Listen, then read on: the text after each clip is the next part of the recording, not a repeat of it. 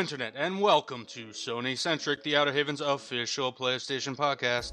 I'm your host, Jason Kwasnicki, and as always, I am joined by my faithful co-host, Mark Sullivan. What's good? And we have, returning with us, the smart, the sensual, Delaila Lugo. Aw, hi. Yeah, I didn't want to say sexy because I didn't know, like, because in this industry, like, that could be a bad thing to say. I don't know. I would take it as a compliment if someone called me sexy, though. Feel free to call me sexy in the comments. I'm not gonna do that, Jason. Sorry. So the reason you're all here, you know folks. Who is sexy though? You know who is sexy though? Nathan Drake. Oh, that motherfucker. That motherfucker. He's got that Nathan Fillion nose. Oh, I wanna hump that nose. What the fuck? Oh, I just wanna get into those nostrils. Alright, so to get away from that, this is not a numbered episode. No, this is a special spoiler cast for Uncharted 4, so if you have not played Uncharted 4 all the way through the epilogue, get the fuck out of here. Yeah, seriously. I'm gonna count to 5. If you comment, or if you send us emails, or if you tweet at us saying, like, why'd you spoil the game for me, we're gonna put it up right now. This is a spoiler cast. If you have not beaten the game, you don't want to be spoiled, stop listening, go beat the game, go play the game. Don't blame us. And we'll call you out in the comments by name. I will say in the comments, this motherfucker fucking complained about spoilers in a tag spoiler cast. So I'm counting to 5 right now. Ready? 1, 2, 3, 4, 5. That epilogue. What the fuck? You take control of Nathan Drake's daughter. Whoa. What? What? Inception. That was actually a really, really big surprise because they started off that segment in kind of a familiar, crazy way. Because earlier in the game, you're playing as Nate and you're living his normal life with Elena, and you play the original Crash Bandicoot, which was another big, like, whoa. We'll get there. We'll get there. So good. But the way that I'm getting there, I'm bringing that up now because the way that they introduced the whole you're playing as Nate's daughter was because you do it again. Oh, And that's right. Yeah. I was like kind of weirded out by that. I'm like, why am I playing the first level of Crash Bandicoot again? And then the camera backs out, and you realize, holy shit, I'm playing as some girl that we don't know yet, like immediately, but it's likely Nate and Elena's daughter. Right. That's just like that was crazy.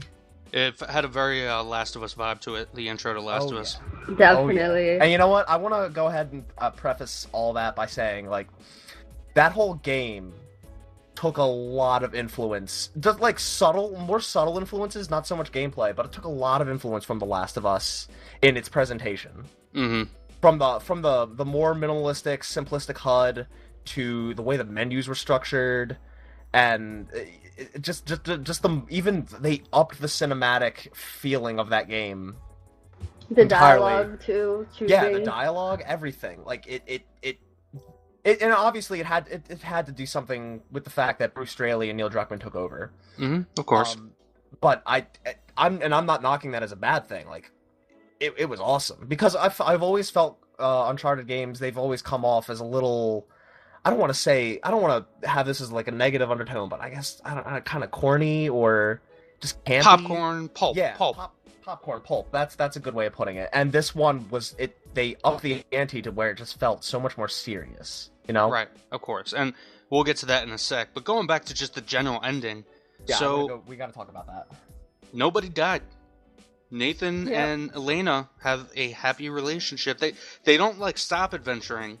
They kind of, of course, not Sully. Sam slips a few of them dank gold coins into Elena's pocket, with which they buy a company that allows them to go and have adventures. And the game doesn't really stop to tell you or show you all that. That's really something you'd have to find for yourself in the epilogue by going and looking at all the pictures on the walls and such. It's environmental storytelling, very much, again, Last of Us.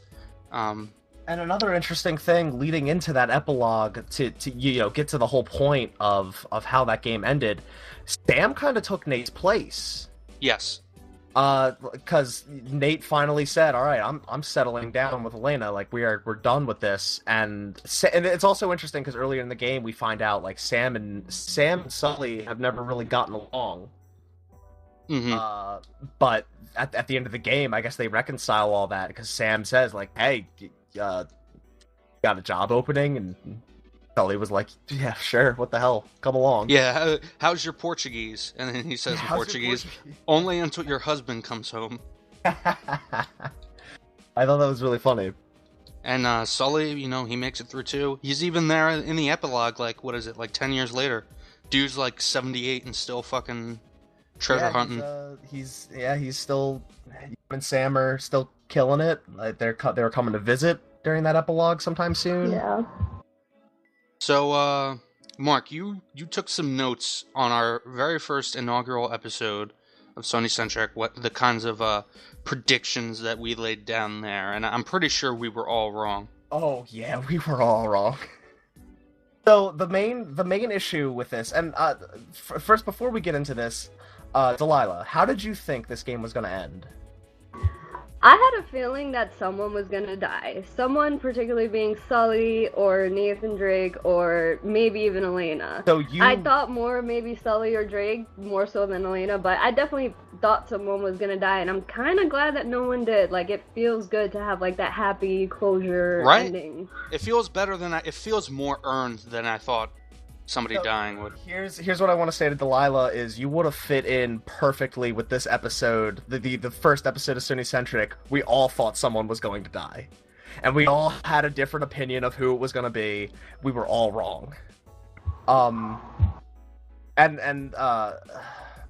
So yeah, going into the notes. So we'll start. I'll go down every single person that was on that episode, which was Keith, Clinton, Jason, and myself.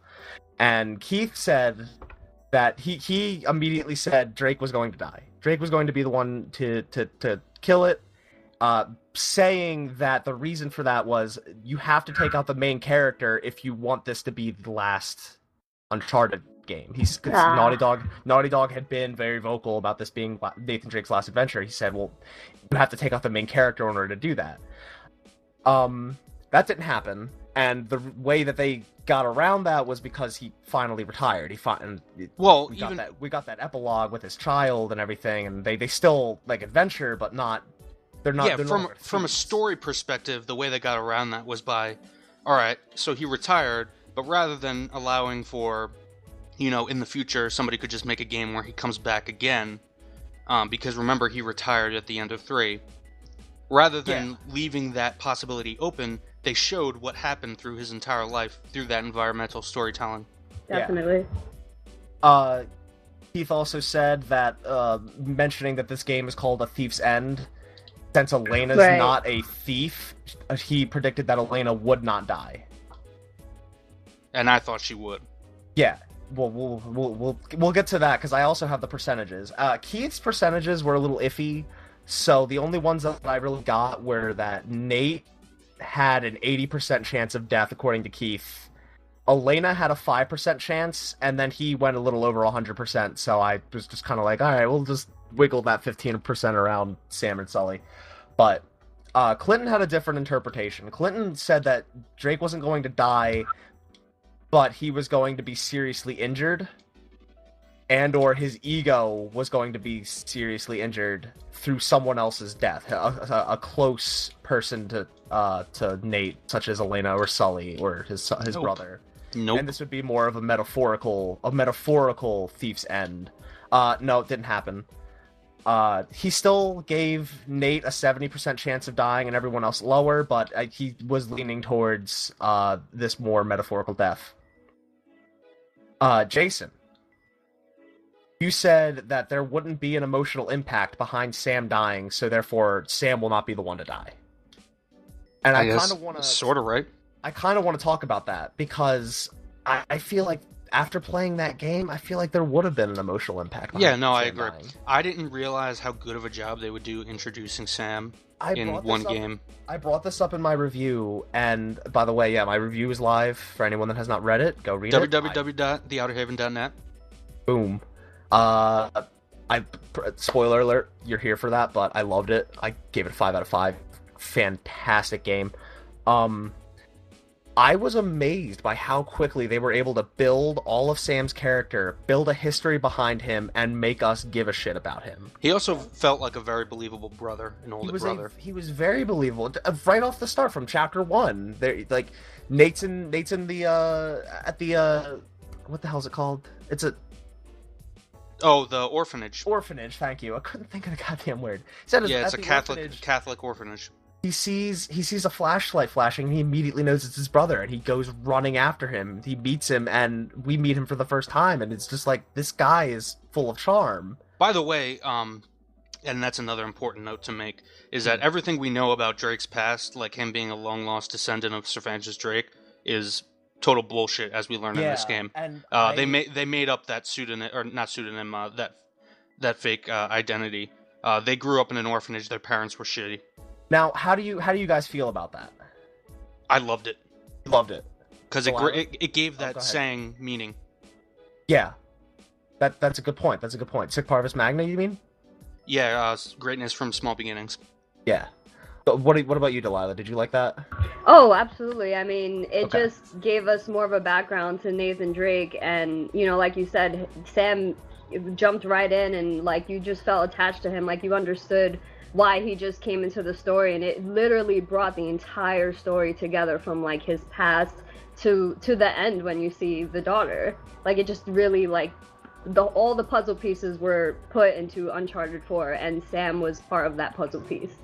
Yeah, and I'll say it again. It amazed me how easy it was for them to just fit him in and make us give a shit. Like, it was within a matter of minutes, and it blows my mind. It absolutely blows my mind. I mean, just the scenario they're in, where he's like springing his younger brother out to give him a birthday gift. You know, it's a very as an older brother myself, I can say it's a very brotherly thing to do.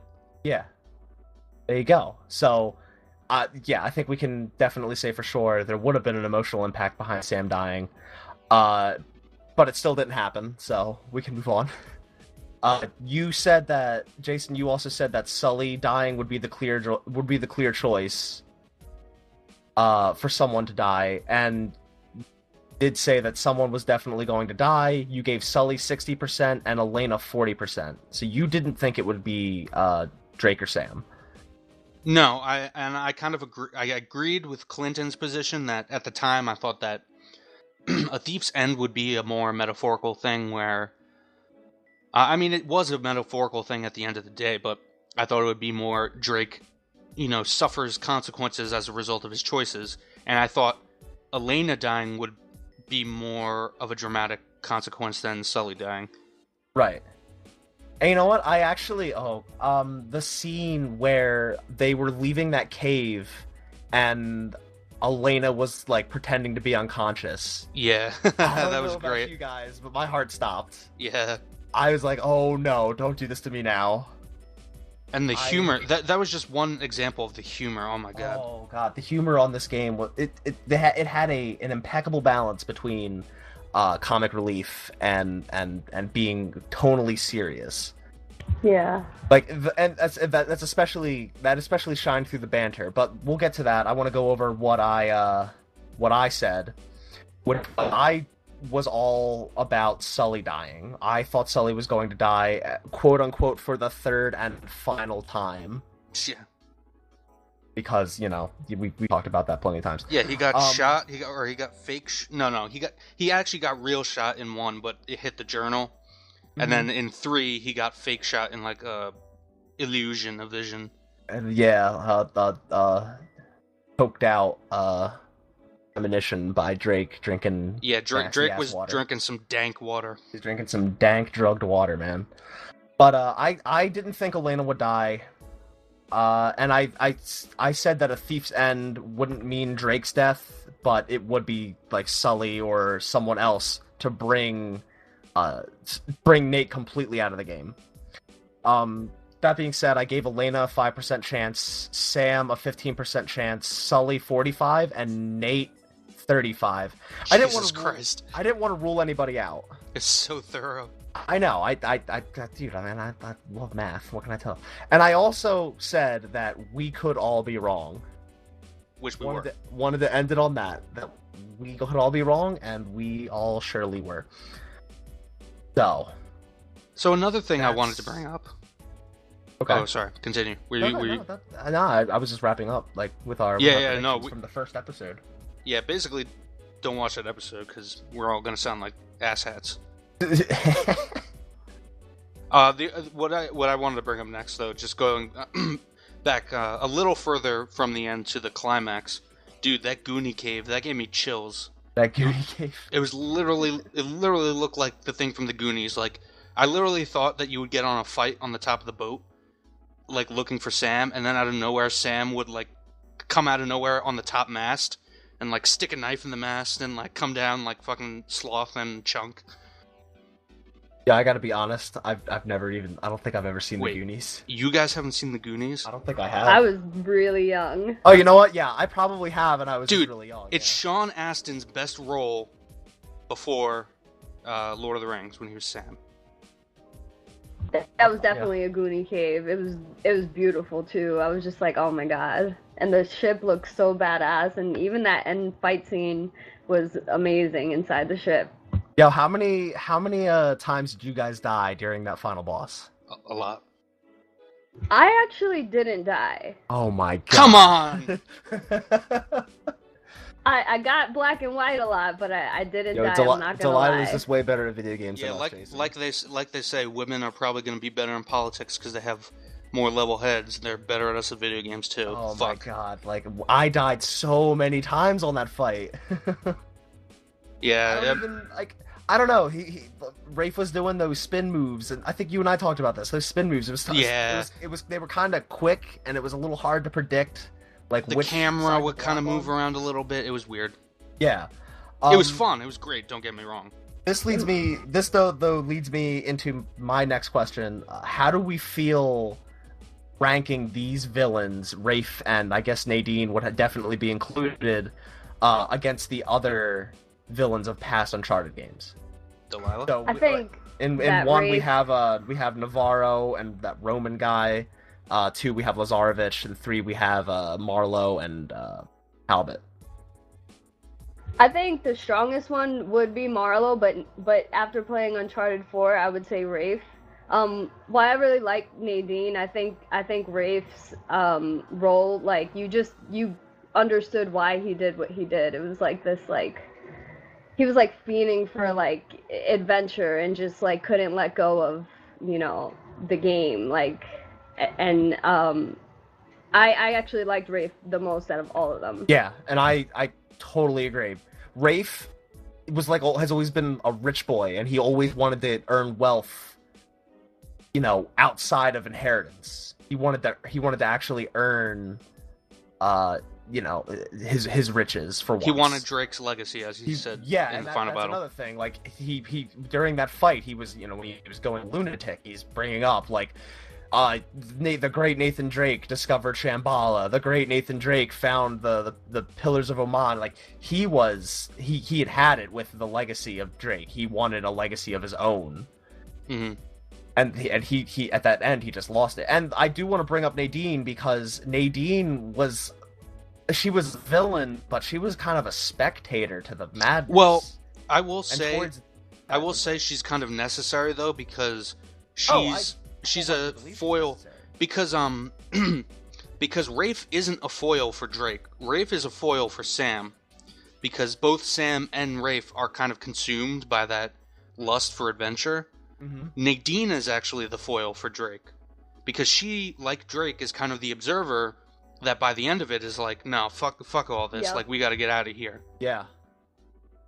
And that's what I think made her kind of a necessary and an interesting character in her own right. The game would not be the same without Nadine. Yes. And she absolutely 100% was an observer, and she was, I mean, she's a hired mercenary. Like, she didn't have a bigger stake in this than anyone else. She actually had a lower stake because she was just being paid to do what she knows how to do. Although she needed the money, as we learned towards the end of the game. Yeah. And she, even though she needed the money, she wasn't about to try and get a bigger cut for herself. She just needed what she needed, and she was still the most level-headed out of all of them. Right. And just observing Rafe going crazy, and she even wanted out eventually. Yeah, once they got a little bit of the treasure, they were like, "Fuck this," because like all the booby traps and shit. Yeah. And it was interesting to see her own men turn on her. They were also consumed by the greed. I will say I was a little disappointed. Well, not disappointed. I really liked I forgot his name now. It began the drug lord that quote unquote breaks Sam out of prison, which didn't actually happen. Alcazar, yes. I really loved the voice actor and just the animation of him and how menacing he was. Kind of sucked that at the end. Not that he was a fake person, but that he wasn't involved at all. That was an interesting twist. I personally liked. It would have, but the thing is, like, I kind of expected it to be pulled out from under us. But at the same time, I was assuming that the last act of the game was going to be that they weren't able to get the treasure, and now they had to somehow avoid Alcazar, or take him out somehow, and maybe take what money he had for themselves or something. I wasn't really sure what to expect, and getting that twist, and we got that twist roughly, 2/3 of the way through the game? Yeah, it was early third act, late second act. And especially we got that twist, and Nate found out that Sam had lied to him the whole time, and he still was like desperate to find and save him. Right. I agree. It would have been interesting. He was an interesting, cool character when we got introduced to him.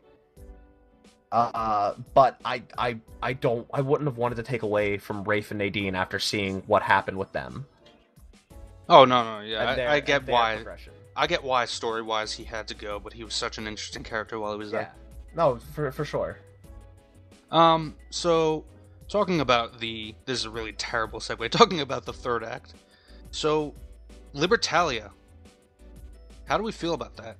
Because I have to say, like, aside from because in the first Uncharted there really wasn't a lost city.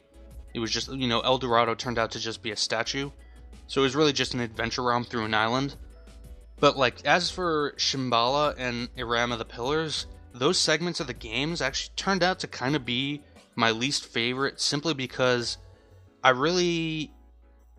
didn't feel much connection to the actual places. It was just kind of another lost city. But this time, oh man, I mean, I might be biased just because I'm really into that period of history. I was a history major in school. And a lot of the stuff I focused on was, 16th, 17th, 18th century naval history, which is obviously very relevant to this game's backstory. Mm-hmm. So I might be biased there in terms of my own interest, but I fucking loved Libertalia and all the details that went into it, the notes you could find, and just the story of Captain Avery and all the shit that went down there. How'd you guys feel?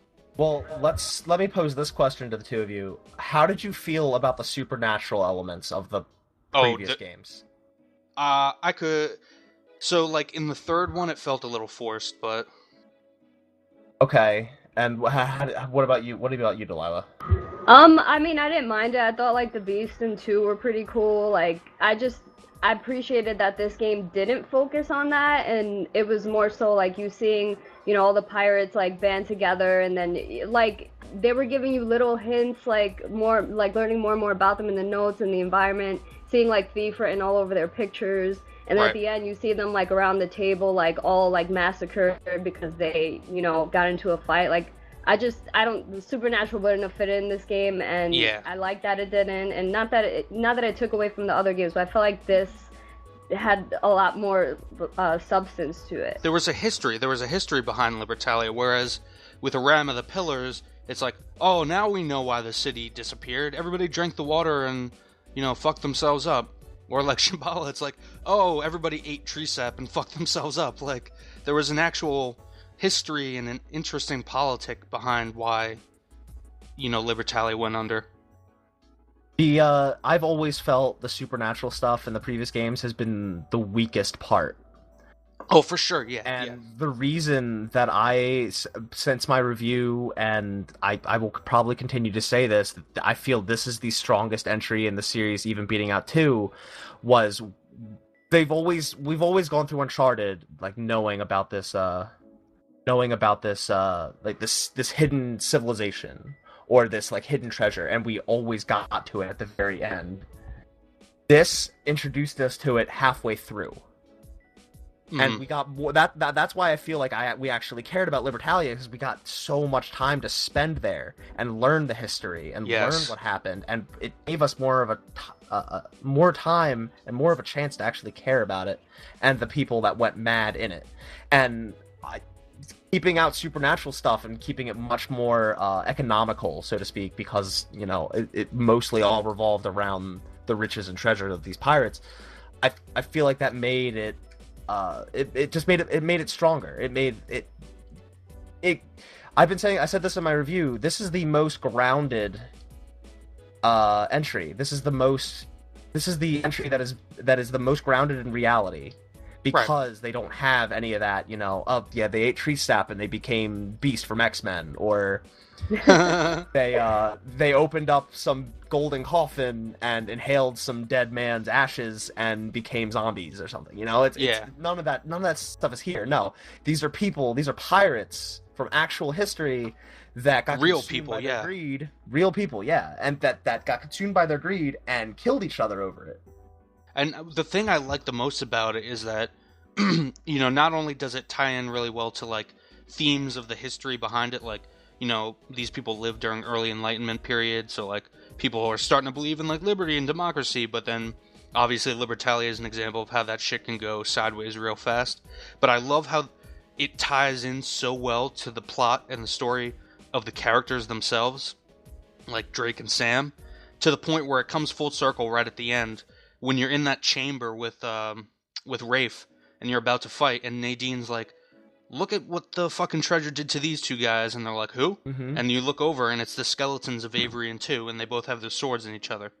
And there's like, between those pirates and the current quote-unquote pirates, there's so much parallel there. Right, exactly. Yeah, I figured that's what you're trying to say. If it didn't, I'm sorry if I didn't come across clearly. Fine, it's fine. Come on, Mark. You're messing up the flow. Oh my god, I'm so sorry. All right, so Delaila, you've been a little quiet. Yeah, I just wanted to say, I think they made, when Elena and Nate were in the cave, I don't know if it was a cave or catacombs, the place where they had the exploding mummy thingies. The booby traps. Yeah. How annoying was that fucking part, by the way? It was the worst. Very annoying. And it was the one bad part. On Crushing, it's just gonna be even more annoying. Oh god, yeah, you and I are trophy hunters. I think neither of us are gonna have fun with this. Yeah, no, even the last boss is gonna be like, oh. Yeah, for sure.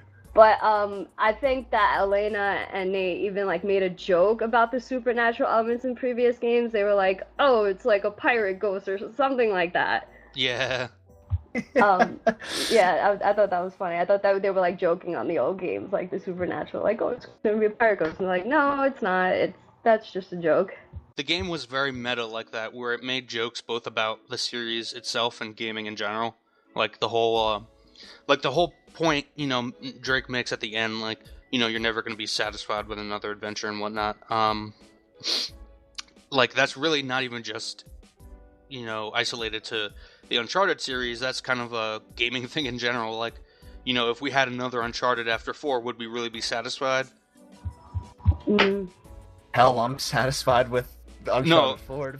No, so am I. But like, it's just like a meta commentary on gaming in general. I understand. I'm just riffing off for a joke.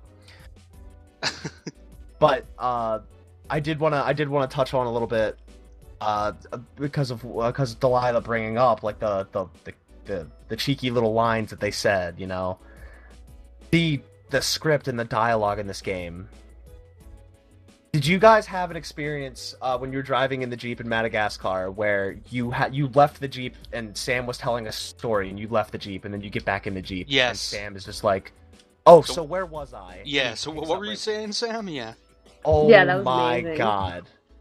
The amount of work that had to have gone into that, just it blows my goddamn mind. And not even just the dialogue, the writing, the voice acting, also just the facial animations. Like, I love in the beginning when you're at home with Elena and you challenge her, and Nate challenges her to play the PlayStation. That he thinks he can beat her high score. Yeah. And she's like, no, whatever, let's just eat. And he's like, what are you, chicken? And like he's like, bok, bok, bok, bok, bok. And like the facial animation, like it's so good. Then, I was laughing out loud. Suddenly, Elena became Marty McFly. Yeah. Yeah, I mean, I think like no developer can do what Naughty Dog does, especially in terms of like the dialogue and the voice acting and just being immersed into the story and the characters and building them like so well. Like the character development, even if you're just introduced to them, is just like phenomenal. Definitely. For sure. And honestly, after seeing this, I don't. This is controversial. I don't want them to go back to The Last of Us because I'm really excited to see the next idea that they come up with. So on that note, they always strive on. No, I just want to say they Naughty Dog strives on creativity, and I'm very excited to see what the next project they have to show is, especially after this game, because they nailed it. Yeah, I wanted Mark, it's a good thing you brought that up, just because I wanted, now we've been talking for like a half an hour now. I kind of wanted to move out away from like we really went in depth, I think, with a lot of the stuff in the game, the ending and such. I want to push out a little bit in terms of how this game stacks up. I guess we can talk both series wise, although I think it's safe to say we all think it's the best in the series. Yep. All right then. There we go. Yeah. So definitely, I think it's the best in the series. And I have to say that with a very heavy heart because I love Uncharted 4, and that has been one of my favorite games of all time. You mean too? For a while, and to say that this has beaten Uncharted 2, it's kind of bittersweet. Mm-hmm. But this game is so good. I agree. And for me personally, it's because it drew a lot of lessons from The Last of Us, not in like just basic controls and different like gameplay mechanics, not in that sense, but more just in the environmental storytelling and oh yeah, for sure, the way the story is presented to you. And on that note, I want to throw out, I guess we just established our feelings of it in terms of just Uncharted, but Uncharted 4 versus The Last of Us. How do we feel? Aye. That's, yeah. Well, I feel like Uncharted 4 is definitely the most well-crafted of all of them, but there's something about The Last of Us story and, the post-apocalyptic thing that it just, like, I mean, The Last of Us got to my emotions. So did Uncharted, but The Last of Us, like, really, really got to my emotions. Like, I felt away for, like, a week. Like last SonyCentric episode, you were, like, you had, like, this stoic look on your face, and you were, like, feeling, like, heavy and, like, because of The Last of Us. Like, that, I didn't get that much of a feeling. It was more of a happy feeling closure, but it's hard. Like, I love, if there's a difference, they're, like, right there neck and neck. Mm-hmm. Yeah, every time I go to a zoo and I see the giraffes, like I just cry a little bit, Aww. Yeah, for me, I would agree with what you said that Uncharted 4 is definitely better crafted, and I think that's largely due to the hardware advantages they may have had. They were able to cram so much detail. Although, you also on the other hand, they had so much time to learn the PS3 that there's not a graphics-wise, obviously, there's a huge difference. Like, Uncharted 4, I think, undoubtedly is the best-looking game I've ever seen. At least on consoles. Well, I personally have never seen anything look better on PC. Oh, well, there you are. There you go. I mean, I know a lot of PC players who said the same shit. That was circulating around a lot. But, I mean, obviously, like, that varies from experience to experience. It's based on what you've seen, but for me personally, it's the best thing I've ever seen. Yeah, I'm actually curious, like, what PC games look better, because, I mean, it's not just, like, the way it looks, it's all the detail that went into it, like, the Right. wrinkles in people's faces, and the background, the water effects, like, it just... Everything, yeah. I can't think of any game that's that detailed and that well-crafted. I can't, not even on PC. I don't play PC, so maybe I can be proved wrong, but I'd really like to know what game looks better than that. Well, that's not why I brought it up, but I don't want to get into any, master race fights, because, you know how the master race works. They love to talk about how good their games look, but I don't know if they even enjoy games. Ooh. That's fired. Yeah, let's continue, because I didn't want to open that can of worms, but I ended up doing it myself anyway. As I was saying, I agree with you that, very detailed, well-composed game, but just on a story note, and to a degree pacing as well, just because I felt that towards the end, I did feel a little bit, like, some people have been talking about huge pacing errors with the game, and I don't think they're as huge as people are talking about, but I think, like, some tiny bits, like that cave with the fucking booby traps, could have easily been cut, but... Or at least shortened. Or shortened, yeah. But, I mean, overall, I have to agree that just The Last of Us just had more impact on me, personally, and I just felt more moved by its story. Not to say it's weird. It's comparing to, like, it's like, for me, it's like comparing chicken wings with, baby back ribs. It's like, fuck it, just get the combo. Like, that was a terrible ass metaphor. Well, I'm just saying, I fucking love chicken wings and I fucking love baby back ribs, so I'll just get the combo.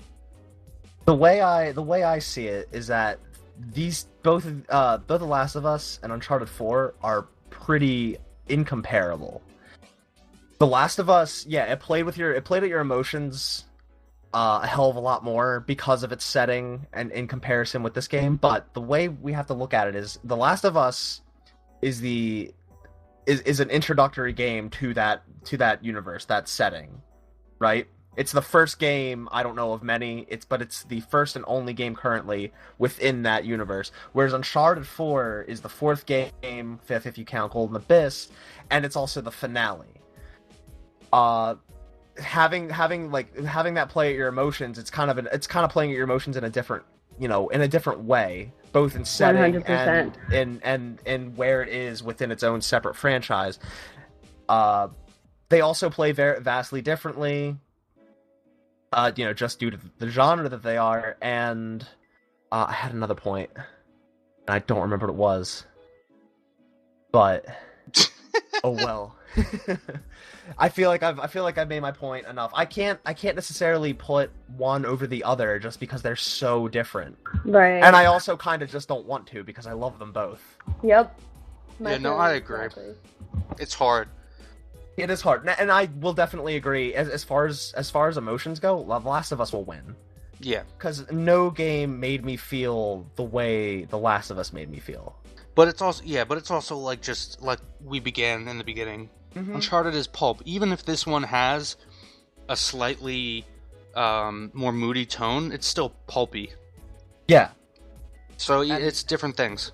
That being said, the emotions that Uncharted 4 conveyed as a finale, they did hit. They hit home pretty well. I would say overall, like, to say that I prefer, even if I were to say I prefer The Last of Us over Uncharted 4, that's not an insult to Naughty Dog, because I believe that they have made a game that is at least on par with Last of Us, if not better in some people's eyes. They still brought their A+ game, Oh, that's the other point I wanted to bring up, because we were talking just about tech-wise. Yeah, The Last of Us, that came out 2013. Right. On PlayStation 3. It was one of the PlayStation 3's last, main swan songs. It was the swan song, yeah. Well, yeah. Whereas this debuted on PS4, and it's much more upgraded tech. They had it's coming out 3 years. Obviously, it's going to look better being on better tech and coming out 3 years later. So, but that being said, The Last of Us looks amazing considering how long ago it came out and the tech that it did come out on. Mm-hmm. So, again, that's the last point I just wanted to bring up, just about the graphical fidelity. Right, and again, like I said before, I think that's because they had so long to work with the PlayStation 3. Which, I mean, you have to remember the PlayStation 3 was really, it wasn't like the best tech to work with. Like, it was very convoluted. Definitely but it had for third parties now. Yeah, for third parties that were working with across a bunch of different platforms, it was terrible. It wasn't as easy to streamline your production. Cough, Bethesda, cough. Right, but because it's the cell processor, it's breaking, but right. But it had more potential than any other console out there. And for the first party studios that were working exclusively with it, they had the time, like Naughty Dog did, to tap that potential. Right. So I think we've said all we need to say, spoiler-wise. We're gonna be talking about this a little more just in general context on our next official episode of SonyCentric, which will be non-spoiler. Non-spoiler. That will be episode 19, I believe. Something like that. Anybody else have any closing, or not closing thoughts before we close it out? I wanted to say something about the epilogue where Cassie, their daughter, that's her name, right? Cassie? Yeah. Yeah. Okay. When they were walking, she was walking and looking for her parents, like, Ma, Dad, like, where are you? That was so reminiscent of Joel's daughter in The Last of Us. Like, oh yeah. I could have sworn that she was gonna go outside and then find Nate, and he was like, "Oh, we gotta find Uncle Sam or whatever." Yeah, the boat just blows up, and like there are fucking clickers running around the beach. You turn around, there's clickers there, like, oh shit. Not that I wanted that to happen, but no. It was just like very reminiscent of that. It would have been the greatest and the worst thing to ever happen. Yeah. Oh, I did want to bring up. Oh, go ahead. Sorry, Delaila. Finish your thought. No, and there were just like a couple of maybe like 1 or 2 Easter eggs of The Last of Us in Uncharted 4. Yeah, there was a Firefly pendant. Yeah, and then there was a picture in Cassie's room of someone that kind of looks like Ellie. You can't see she has like a gas mask on, and she has like red hair. Oh, yeah. Did you guys see that? Yeah, it was what was it? The Last of Us American Girls or whatever? The American Dreams comic. But that wasn't the only one. There was also a poster for Savage Starlight 2, which was the comic book series that Ellie read in the in The Last of Us. Right. He had a poster for that up too. So there were references, which was classic Naughty Dog. They The Last of Us so frequently. Yeah, The Last of Us was originally like there was an Easter egg for it in Uncharted 3. Yeah. There was the newspaper article in the bar fight scene. Like right at the start of the game too. Yeah. The last thing I wanted to bring up was the name Cassie. I thought that was a really sweet moment finding out what her name was, because that's a reference to Nate's mother's name, was Cassandra. Yeah. And also we found out that Nate's birth last name, Nate and Sam's birth last name was Morgan. Captain Morgan. I was very, very nervous we weren't going to find that out. And I'm happy. I didn't expect the second flashback sequence, and I'm very happy we got that, because it explained a lot of what went unexplained in 3. It also was really important.